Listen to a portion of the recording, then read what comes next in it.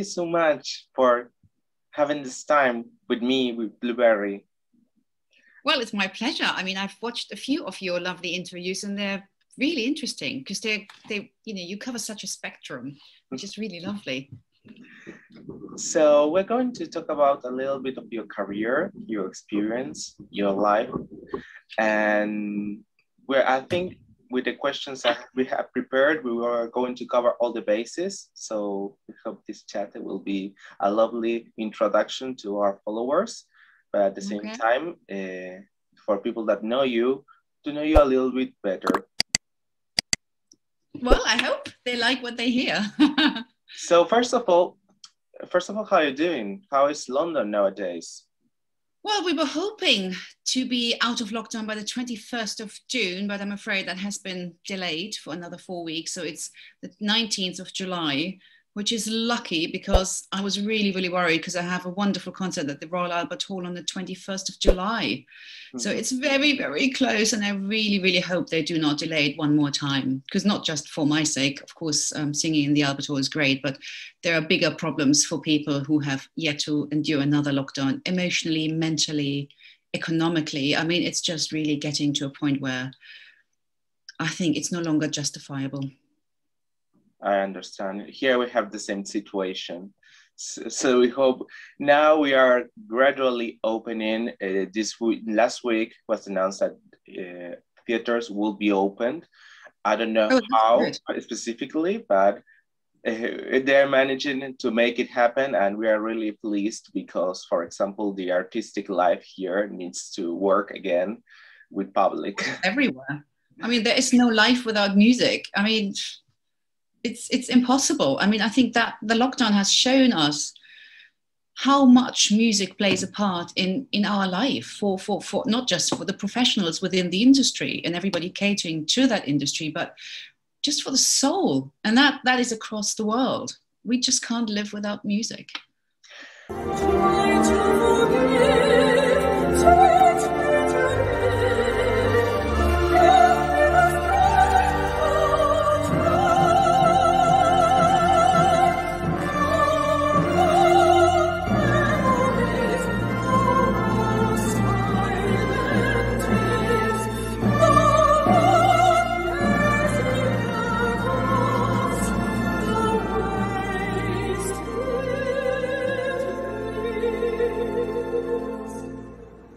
And then we mentioned this essential part of music in the human life. I wanted to ask you how music appeared in your life.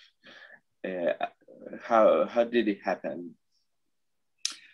I grew up in a house where there was always a radio playing classical music. My mother has a beautiful voice, but because of having been born just before the war, there was no time to develop her talent, but she always kept that love for music. So both my parents loved classical music, but they were definitely classical. My mother loved operetta. And so I was very much exposed to that music. And then I played the cello, I played the flute, I played the piano, of course, for many, many years, as did my siblings. And so it was a very music-loving household. And when having this classical influence, when was the click within you that you wanted to sing? Because you had this influence and you play a lot of instruments. So when was that you chose to sing, for instance? I think I just loved. It just really happened naturally. I mean, I was singing with my mother in the church village choir outside Hamburg, which was held by a very, very talented musician who was as well my piano teacher. So he knew that I had overall, obviously, a sense and love for music. But he could sense as well that I sort of enjoyed singing a little bit more than anybody else in the choir. And so he gave me a little solo. And I wasn't even nervous. I just felt excitement. Like, when I always compare it to, you wait as a child for Christmas and you finally can storm into the room and see your present. That's sort of how I I'm really, really like a racehorse before the door opens. I just want to get out there and sing. And so he did give me that solo, and it was Hymn to Cecilia from Britain. I remember it was terribly high. I could never sing that now. But then I was young and my voice was a little bit lighter and higher. So I just felt, that's it, that's me. I just started to glow from within, and I never looked back, and the decision was made.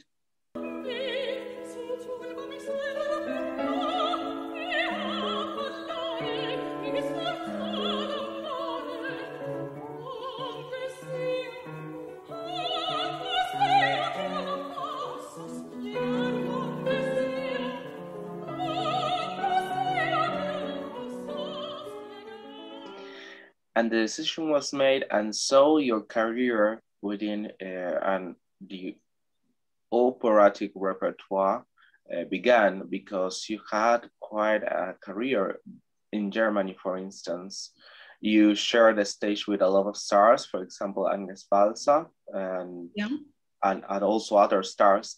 And then when moving to London, you started to experiment and do a little bit of crossover.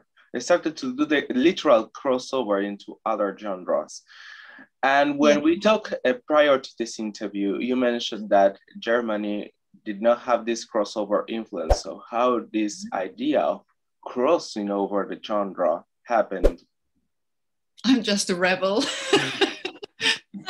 No, I mean, I did, in all honesty, I did actually start very early on to realize that the classical world, not the classical music, but the classical world, the people within, I just found them all a bit too full of themselves, too proud of being a classical singer.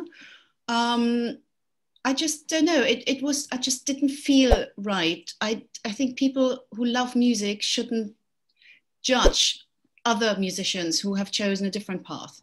And the other problem was that a lot of staging at that time was very provocative. So a lot of productions were really provocative, with people throwing paint pot at each other and wearing ridiculous costumes. And I just thought, I didn't train to be a classical singer to throw paint at myself on stage. I just don't know. I did that in kindergarten. And I don't know, I just looked into other fields, and I always loved music. I'm an 80s child. I mean, I love George Michael, I love Elton John. I mean, God, there's just no stopping me hopping on a dance floor and grooving around. So I was never just classical orientated. And right at the beginning of music college, I started dating a very, very talented pianist who just, you know, like we all did at university, had a job, and he played the piano in a beautiful restaurant. And it just happened that we'd been offered to do a concert together. And that sort of really was a very big change, because then, you know, the old volley of Hamburg, or the businessmen and the big business, they came and they heard us, and we suddenly got jobs after jobs after jobs to perform at this opening, Daimler Chrysler annual big event. And suddenly I was singing my own show, from Barbra Streisand songs to Send in the Clowns to Memory from Cats to opera. And that really gave me the opportunity to really express my love for music across all genres. But as you already mentioned, the actual crossover in Germany didn't exist at the time. There was a bit of musical, and it started in Hamburg and Phantom, and all of that sort of started to happen. But Germany, and I probably think as well across Europe, they didn't have that genre for a long time. It was very much Britain and maybe the States who had it, but here we didn't. So I was a bit of a sort of black sheep, if you want to say, within the music college, because I did what I did, but I was lucky to have the director back then, who was a huge jazz lover. So he always encouraged me to just, you know, pursue what you love, because if you do something with passion, you literally can't go wrong. And I did, and I really don't regret that decision. Can't get enough of the kisses you blow me. I need a big supply to give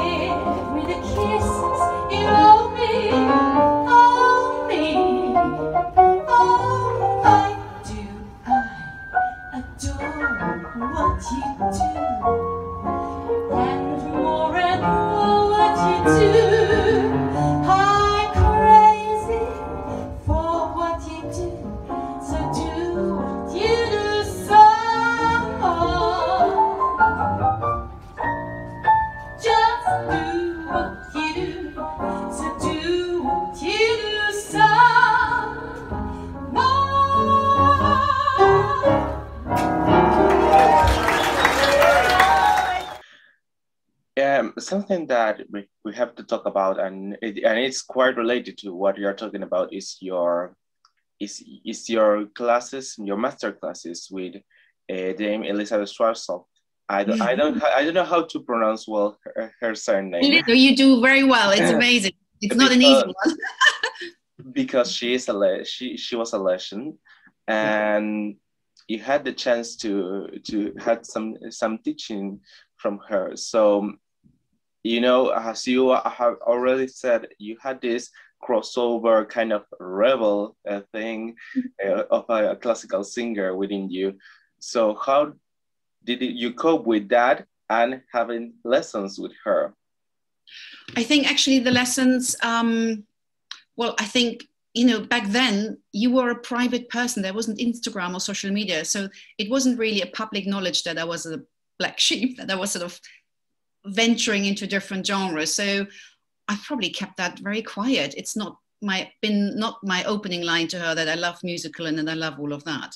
I mean, with her, if you have an opportunity like that, you really try to get the most out of it. And of course, I still loved classical music. I love lead recitals, Schumann, Mozart, Brahms.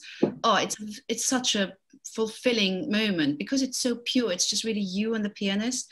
There's no costumes, no stage setup that can sort of support what you do. It's really just about you, very pure and simple. The lyrics, the words that you sing, and the collaboration with the pianist, which is a very intimate one because you really have to follow each other. So, well, I try to get the most out of that and benefit simply from her amazing technical quality and as well as experience. I mean, as you say, she was a legend. She was next to Maria Callas, the one that everybody looked up to. And it was a little bit intimidating, but then I was so young and so naive in a way that I wasn't that much intimidated again. And I just I sort of really just love music. So I thought, if she loves music, we have that in common, so she can't be my enemy or anything. So, but she was very strict, super strict, and really harsh. There was just no nonsense. I mean, she would say it as it was. But you know, I'm straightforward. I can take that. And you cherish that experience, of course. Oh, absolutely. No, absolutely. Something I will cherish forever. Because she really did help me. She had her main message, if I was to say, apart from, you know, polishing the instrument of my voice, was, you are not important, the music is important.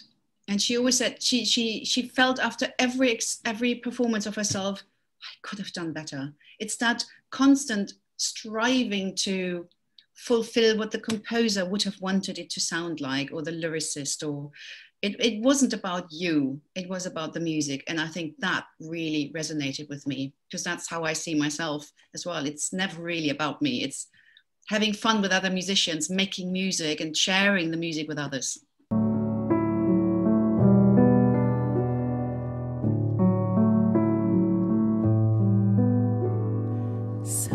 Somebody loves me, I wonder who he can be. Now you mentioned about fulfilling what the composer wanted. We are going to go to another genre completely and talk about your album that is based on Gershwin repertoire. You clearly have a really deep connection within the Gershwin songbook.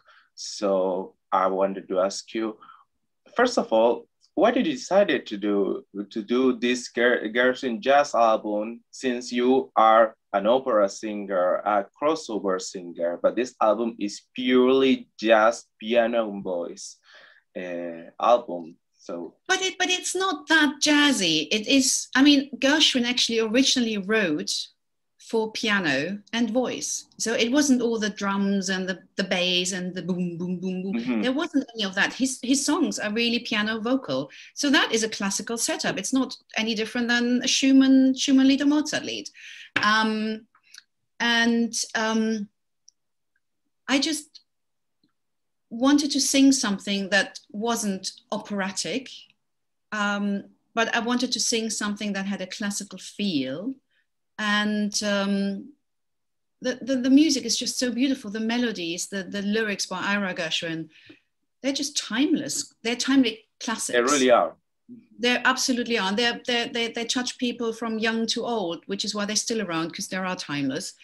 And I mean, Gershwin wrote an opera. I mean, he wrote Porgy and Bess. I mean, he ventured as well in different worlds. He wrote symphonies. He wrote show tunes. I mean, he was a crossover artist. And I think it's all right to venture into different genres if you put in the effort to adapt to that genre. What I do struggle with is if an opera singer starts to sing Memory from Cats, but he sings it with an operatic voice. Mm-hmm. I find that a little bit testing my patience. A little bit off-putting, maybe. Yes. I mean, it's just so dramatic when you sing, it sort of misses the point. It's not what the song is about. And so I think I've tried for many, many years to really adapt my voice, not just singing different genres, but as well train my voice to adapt to those different genres. So when I sing jazz, or when I sing that more classical style, like I've done with my Gershwin album, or when I sing Whitney Houston, I don't sing as if I could just with the next song stand up and sing Tosca. Mm-hmm. And I think that is something that requires learning and studying and technique. I mean, just for a classical singer, you can always see if a classical singer for the first time uses a microphone, it's hilarious. They haven't got really a clue what to do with this thing, because they're usually projecting their voice without a microphone, which is the big difference between a musical singer or a pop star or a classic. They don't know how to project the voice over an orchestra across a big audience hall. That's really the only difference, that we have the training to be able to push our instrument out without amplification. But I do like adapting the voice to different genres, because I think it gives, the genres are there for a reason and they sound beautiful in their original state. You have titled this work with a particular song that you have stated that you love, Somebody Loves Me. And yes. I wanted to know the background within this love story you have with this particular song. Well, I was very young in secondary school when my music teacher, who was a big Gershwin fan, introduced us students to Gershwin, and he chose that song and he played it and he sang it, and it just instantly connected with me. The lyrics are lovely. Somebody loves me. I mean, that's the hope we all have, that somebody out there is there to love us.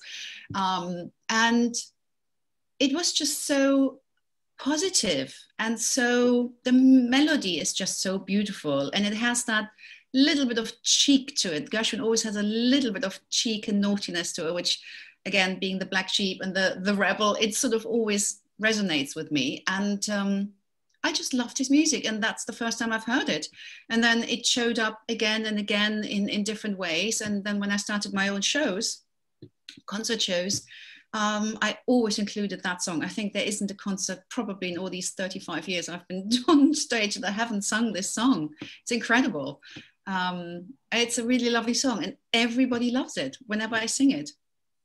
So it's a gorgeous song. When you look back at your career now, having passed within all these genres, coming from Germany to London to be a London-based artist now, do you still, if you have to pick your path all over again, will you still pick it to do this classical beginning and then moving and then doing all this crossover? Or would you do crossover just for once? I think in order to, because I love the classical repertoire as well, and I think in order to sing that and give that genre justice, you have to have the classical technique. Mm-hmm. Yes, of course, with a microphone, you can sing an opera aria and it sounds probably amazing if you add the reverb and everything. And some crossover artists are really good at it. But in order to be able to perform with an orchestra without all the amplification, you simply need to have a classical training, and you need to have the knowledge about bel canto and all the phrasing and the Baroque style. And so no, I wouldn't change anything. I've liked having that training and I still benefit from it. But I'm very happy in that crossover sector because I can easily switch between the genres, between the voices. Because I have the technique, and the technique is never something you should regret. It's just something that probably in the long run, I might be able to sing longer because I have the technique to support my voice rather than singing from instinct.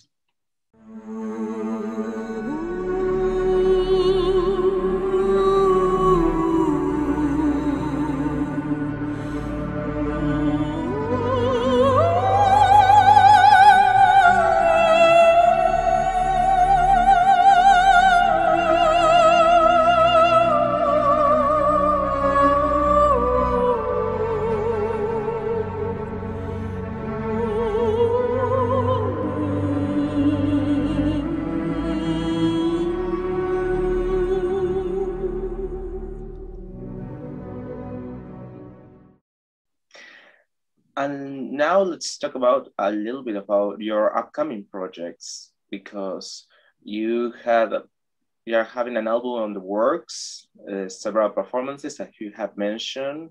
And I wanted to ask you about the album, for instance. I have the name that it's called Amore. So yes. Tell me a little bit about it. Well, that all happened actually during lockdown because like so many artists, I just continued. I couldn't just sit on the sofa and watch Netflix, and which I have done a lot too, I have to admit. But when I haven't, I just, I did like lots of virtual performances, recordings, all of that, what we all did around the world, and collaborated as well with a fantastic baritone in Panama, which was great fun. And a friend of mine in Germany, who was a famous Italian actor who had a big career in Germany, he saw that virtual duet and he said, how can you sing in lockdown with somebody who's in Panama?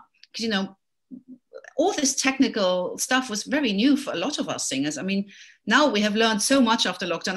I can edit and produce my own movie and videos now. But beforehand, managing Instagram was already a challenge for me. So he asked, how did you do that? So I explained it to him. And then he said, oh, let's do one together. So we chose, because he's Italian and he's an actor, not a singer, we chose Caruso. And it was very charismatic how his sort of speaking, acting voice came together with my voice.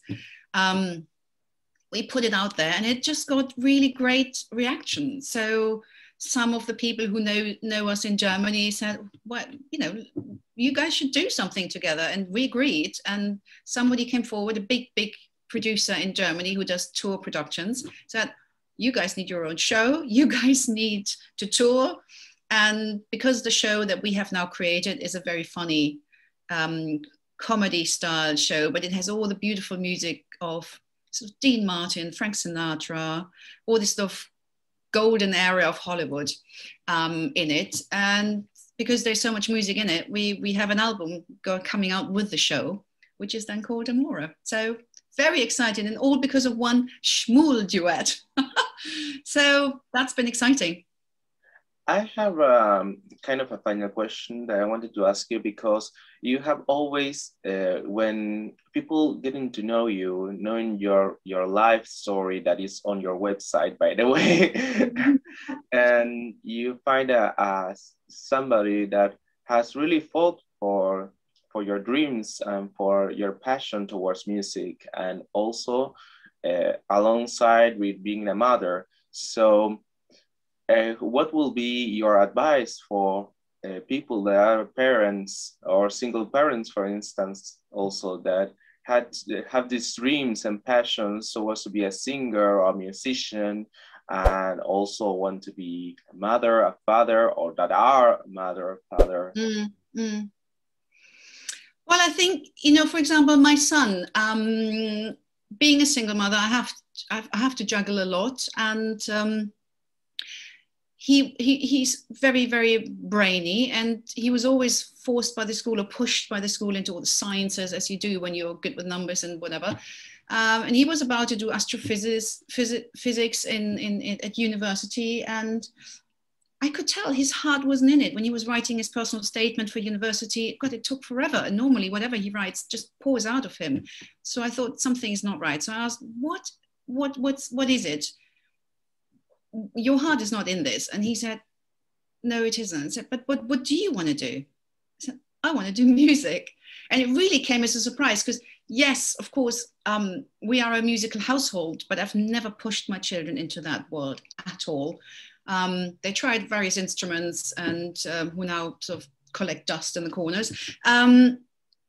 But he started playing the guitar. And during lockdown, he's written so many songs by himself that partly I didn't even know about. And he really, really wanted to do music. I said, so then why are you writing a statement for whatever you want, something else? Do what my message is, if you're asking me for parents, let your children follow their dreams first. Let them follow their passion.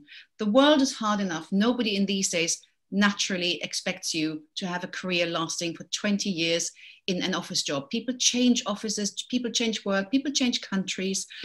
It's such a flowing process these days. And to start with, not everybody has to go to university to make a career. I think we've proven that myth a long time ago, that there are many ways of getting fulfillment in life, and it doesn't have to start with university. Just do what you want to do, give it a go, and but then you have to be realistic. There comes a point where you have to assess, is this something that I just love? Or is it something that I'm so good that others will love it too? Because at some stage you have to live off it. And, you know, music can be a great hobby. It can be a great passion while one does something else. That applies probably to people in all sorts of different genres. And, but I would always encourage people and parents to follow passion, to allow their children to follow their passion first. And then you'll see where you go. There is not one decision and you cannot ever change it. Thank you, because it's really an interesting point that you have mentioned, and it's really, how to say it in English, it's really inspiring, because you're an example of a parenting that is really, that really supports the passions, and for instance, the passion of your child towards music.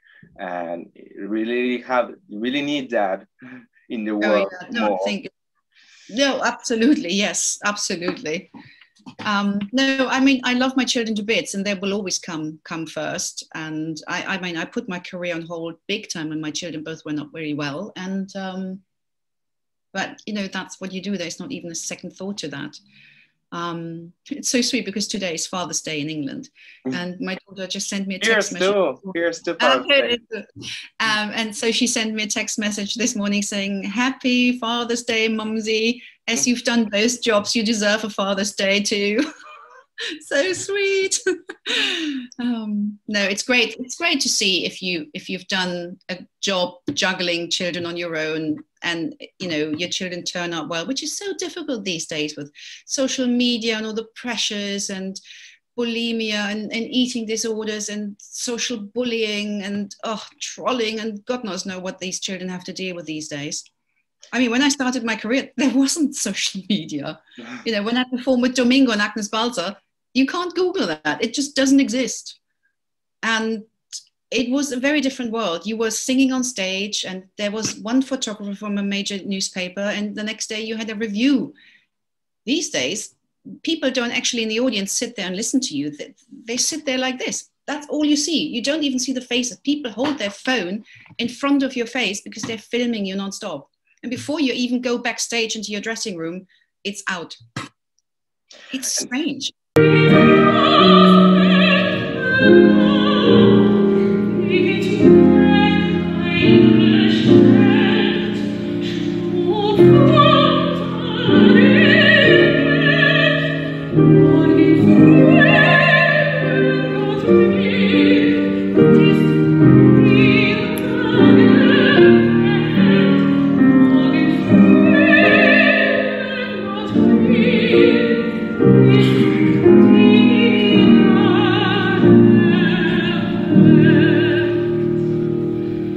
Now that you mentioned this, this was the final question. Now that these times have changed, and now we have social media, the opera field has changed also. Yes.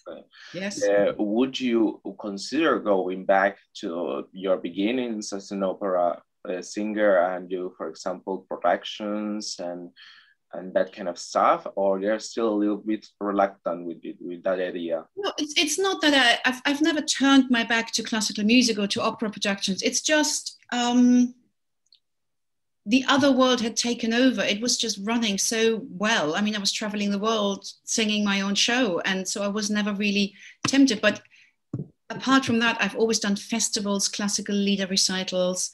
It's just when you commit to an opera production, that is sort of 3 months out of your calendar where you have rehearsals and whatever. And I just didn't have the time because my career was so busy at the time. And then I had my children, and I'm not going to go away for 3 months from my children that are now grown up and about to leave the house. So yes, I would be able to consider that from that aspect again.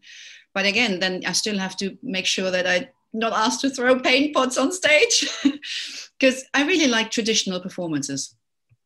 So I think, yeah, it has to be a traditional performance. I'm just not one of these fans.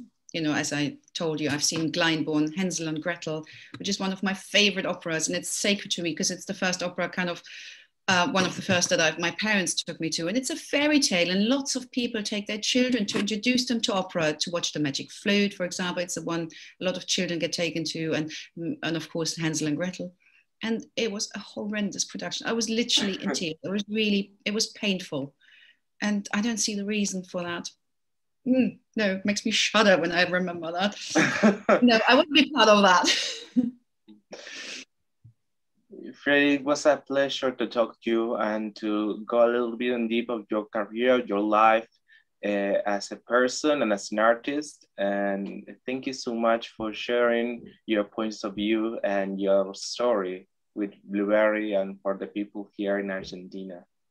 Oh, well, thank you so much for having me, and overall for doing this program, because it's really interesting because you show so many different artists and aspects of music, and it's really fascinating. I'm so glad you contacted me, and I'm really, really grateful you took me on. It's really exciting. And hello to everybody in Argentina. And it's just, you know, wonderful to have the world connect in this way. It's lovely because we have to keep the music going. We really do.